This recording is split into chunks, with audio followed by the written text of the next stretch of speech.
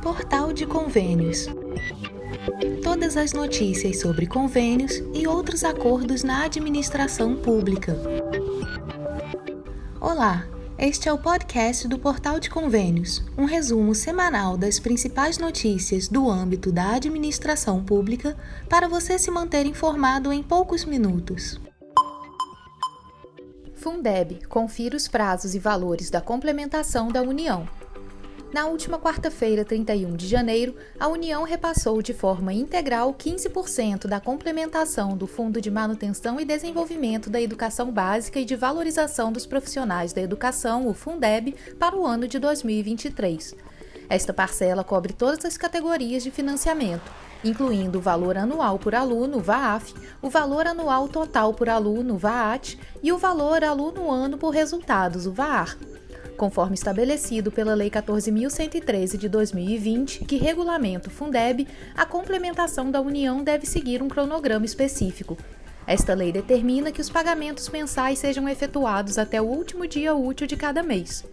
Até 31 de julho, pelo menos 45% do total deve ser repassado. Até 31 de dezembro, a soma deve alcançar 85%. E o total de 100% deve ser transferido até 31 de janeiro do ano subsequente. Essa programação implica que, durante o ano corrente, 85% do montante estimado para a complementação da União é pago e os 15% restantes, destinados a contribuir com essa complementação, são desembolsados em janeiro do ano seguinte. Importante destacar que a Portaria Interministerial MEC-MF número 7 de 2023 revisou as estimativas de receita do Fundeb para 2023, resultando no recálculo dos valores da complementação da União aos entes federativos que têm direito a esses recursos federais. Por conta disso, a CNM reforça a orientação aos gestores de observar e organizar o planejamento municipal da educação de forma a acompanhar os valores repassados e a melhor execução orçamentária dos recursos. Acesse portalconvênios.com e acompanhe os valores creditados da complementação da União ao Fundeb por estado. Projeto de lei propõe agilizar a contratação de planos de saúde para idosos e deficientes. O Senado está avaliando o projeto de lei PL 5.740 de 2023, proposto pelo senador Wilder Moraes do PL de Goiás, que incide sobre a contratação de planos de saúde por idosos e pessoas com deficiência. A legislação visa estabelecer um prazo de 5 dias úteis para que operadoras de saúde efetivem as contratações realizadas por esses grupos. O objetivo é agilizar o acesso a planos de saúde para idosos e pessoas com deficiência, simplificando o processo e potencialmente reduzindo a burocracia envolvida. O projeto também sugere uma alteração na Lei dos Planos de Saúde, a Lei 9.656 de 1998, que já proíbe discriminação com base em idade ou deficiência no acesso a planos de saúde privados. A proposta quer reforçar essa proibição, de modo que possa assegurar que o acesso aos planos de saúde seja feito de maneira igualitária e sem demoras indevidas para essa parcela da sociedade. O intuito é aprimorar as práticas do mercado de convênios de saúde com as normas já estabelecidas pela legislação vigente. Vale ressaltar que a Agência Nacional de Saúde Suplementar, a ANS, já estabelece penalidades como advertências e multas de até R$50 mil para operadoras que discriminem com base na idade ou deficiência. O PL 5.740 de 2023, que está em análise na Comissão de Transparência, Governança, Fiscalização e Controle e Defesa do Consumidor, o CTFC, e aguarda a designação de um relator, busca complementar a regulamentação atual, introduzindo prazos específicos para a efetivação dos planos de saúde. A proposta é parte do debate sobre a igualdade de acesso aos serviços de saúde para idosos e pessoas com deficiência no Brasil. No entanto, segundo o senador Wilder Moraes, muitas empresas costumam adotar práticas que desestimulam e dificultam o ingresso de novos beneficiários idosos ou com deficiência. O objetivo das operadoras, de acordo com o parlamentar, é reduzir a participação desses segmentos em sua carteira de clientes e, com isso, reduzir a eventual sinistralidade dos contratos. O autor do PL argumenta que quando o cliente interessado é idoso ou pessoa com deficiência, não é raro que as operadoras exijam que ele seja submetido a exames periciais, frequentemente agendados para datas distantes e em locais de difícil acesso. Com isso, vão minando o interesse do beneficiário em contratar o plano, de modo a fazê-lo procurar outra operadora ou simplesmente desistir pelo cansaço de aderir ao sistema de saúde suplementar. O senador Wilder Moraes reconhece que, em algumas situações, as operadoras podem solicitar perícias médicas para avaliar a condição dos pacientes. Ele adverte, no entanto, que a análise não pode ser usada para reforçar práticas discriminatórias e condutas irregulares contra idosos e pessoas com deficiência. De acordo com o projeto de lei, no caso de necessidade de realização de perícia prévia, o prazo para a efetivação dos contratos passa a ser de 10 dias úteis. O autor afirma que reconhece que a eventual necessidade de perícia médica para atestar a presença ou ausência de doenças ou lesões pré-existentes pode gerar algum atraso na contratação do plano, mas não se pode aceitar que isso seja usado como subterfúgio para discriminar clientes e violar direitos de idosos e pessoas com deficiência. Depois da CTFC, o projeto segue para a Comissão de Assuntos Sociais. Lei Complementar 198 de 2023. Entenda as mudanças no cálculo do FPM. A nova Lei Complementar 198 de 2023 introduz alterações significativas que afetam diretamente o Fundo de Participação dos Municípios, o FPM. Diante disso, os gestores municipais terão que se adaptar à realidade modificada dos repasses financeiros que são regidos por essa nova lei. Esta mudança legislativa marca uma mudança importante, pois o FPM representa uma das principais fontes de receita para a maioria dos municípios brasileiros. A principal mudança introduzida pela lei complementar diz respeito ao cálculo do FPM. Para municípios que, segundo o último censo do IBGE, apresentaram uma redução em seus coeficientes, o cálculo do FPM permanece inalterado. Este aspecto da lei garante uma estabilidade financeira para essas localidades que não sofrerão diminuição nos repasses em função de ter havido redução demográfica atestada pela pesquisa do IBGE. No entanto, para os municípios que registraram aumento populacional e, consequentemente, um incremento em seus coeficientes, a situação é diferente. Estes municípios experimentarão um escalonamento nos ganhos do FPM. Tal medida visa uma adaptação gradual dos orçamentos municipais ao aumento de receita, evitando desequilíbrios e promovendo uma gestão fiscal mais responsável. O especialista em gestão pública Adriano Migani diz que a mudança prevista na lei é uma forma de garantir uma distribuição mais justa. A Lei Complementar 198 de 2023 traz mudanças importantes para os municípios. Mantém os coeficientes do FPM para os que têm redução e reduz ganhos adicionais gradualmente. A partir de janeiro, após o censo do IBGE, coeficientes não mudam. Os pagamentos serão escalonados ao longo de 10 anos. O objetivo é uma distribuição mais justa dos recursos entre os municípios. Segundo Migani, a transição para as novas diretrizes estipuladas pela Lei Complementar 198 de 2023 ocorrerá de maneira gradual. Os aumentos financeiros obtidos no exercício estarão sujeitos a um redutor financeiro que será aplicado de forma escalonada, com uma redução anual de 10%, iniciando no ano de 2024. O consultor de orçamento César Lima explicou que a medida foi importante, pois o impacto para quem perde, principalmente para os municípios menores, é muito grande. Então, para evitar esse impacto de uma vez, foi proposto e aprovado esse projeto de lei. A complexidade da lei complementar reside na interpretação de alguns de seus pontos, que podem gerar dúvidas entre os gestores municipais. É essencial que os administradores locais estejam bem informados e assessorados para aplicar corretamente os coeficientes e valores nos registros contábeis. Uma aplicação inadequada pode levar a erros que resultariam em complicações futuras nos repasses e no cumprimento dos limites legais. Outra orientação importante é que o lançamento do FPM deve ser realizado pelo valor líquido recebido da União. Esta prática é fundamental para assegurar a precisão na contabilidade municipal e na gestão dos recursos. Diante deste cenário, recomenda-se que os gestores municipais busquem capacitação e atualização constante sobre as normativas fiscais e contábeis. Além disso, é prudente manter um diálogo aberto com outros municípios e entidades representativas para compartilhar experiências e melhores práticas. O secretário de Finanças da cidade de Nova Roma, em Goiás, Tiago Rodrigues, ressalta a importância do FPM. Esse dinheiro é utilizado para pagar as principais despesas, como folha de pagamento, né?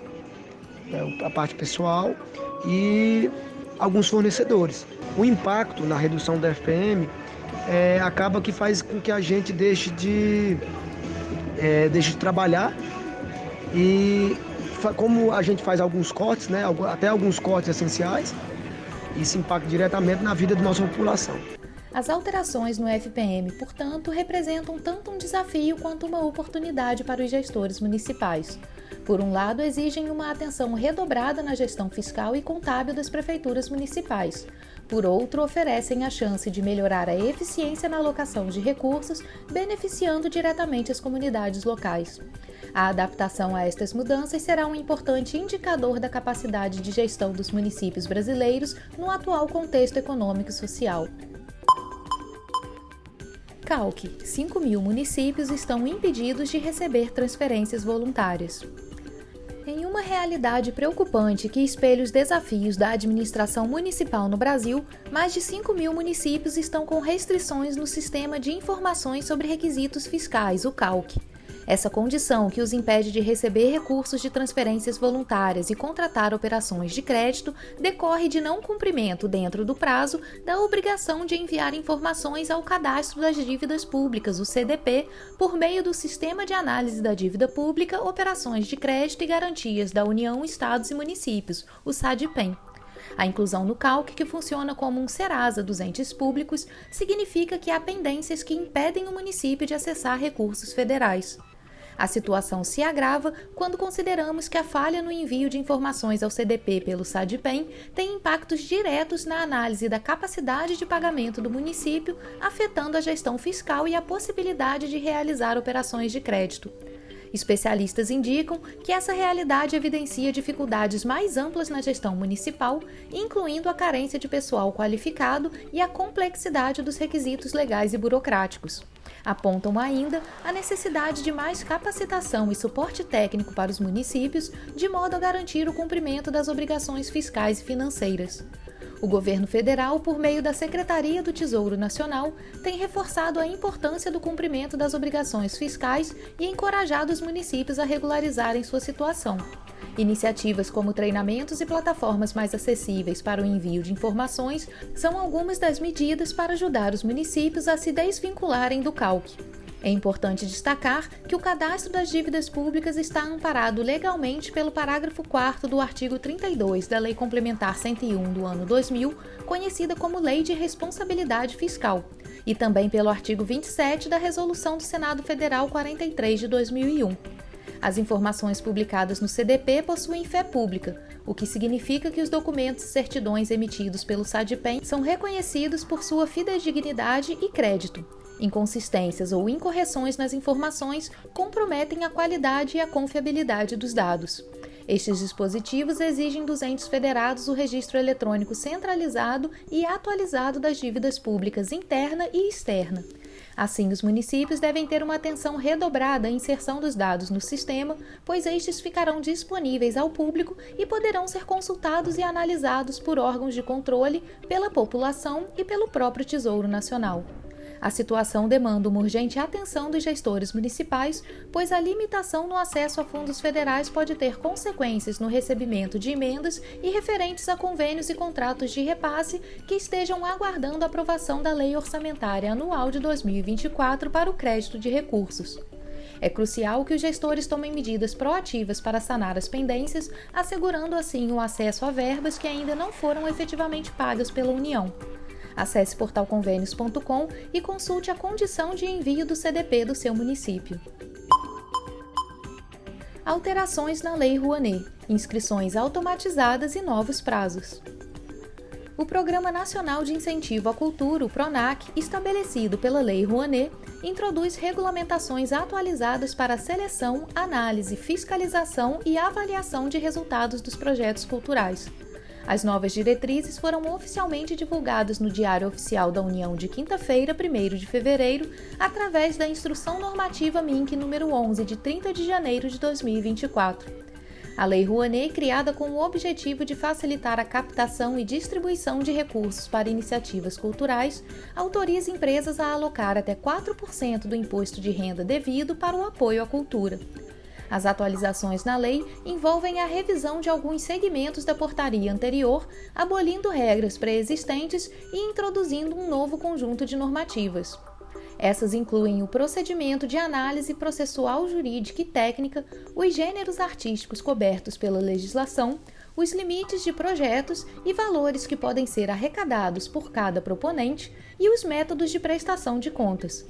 Um dos destaques das alterações é a automação do processo por meio do Sistema de Apoio às Leis de Incentivo à Cultura, o SALIC, facilitando a apresentação de projetos culturais e seus documentos relevantes. Segundo o Ministério responsável pela cultura, essa modernização vai diminuir o tempo médio de análise na fase inicial de 60 para 30 dias. A integração com os dados da Receita Federal é uma das novidades do sistema, promovendo uma redução significativa da burocracia. Como resultado, 5 formulários antes exigidos foram eliminados do processo. Outra mudança foi o prazo para a apresentação das propostas, que passam a ser de 1º de fevereiro a 31 de outubro de cada ano. Antes, o prazo ia até novembro. A data limite para a apresentação dos planos anuais ou plurianuais também foi antecipada para 31 de agosto do ano anterior ao início da execução. A remuneração do responsável pela proposta quando a pessoa ocupar uma função dentro do projeto poderá ser de no máximo 20% do orçamento. E cada fornecedor também passa a ter o teto de 20% do orçamento, com exceção dos projetos de conservação e restauro de bens culturais imóveis, móveis e integrados tombados e também de construção, reforma ou adequação de equipamentos culturais.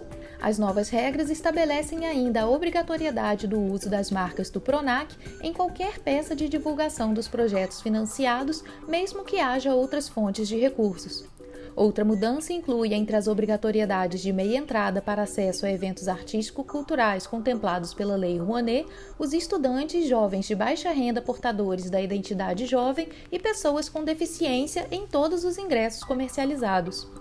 De acordo com o Ministério da Cultura, em 2023, a demanda por financiamento de projetos culturais por meio da Lei Rouanet teve 10.676 propostas admitidas do total das 12.265 cadastradas. A aprovação desses projetos permite aos proponentes a possibilidade de captação de recursos junto às empresas de 16,7 bilhões de reais. Até meados de dezembro, haviam sido captados quase 1,3 bilhão, que efetivamente foram renunciados pelo governo federal na forma de imposto.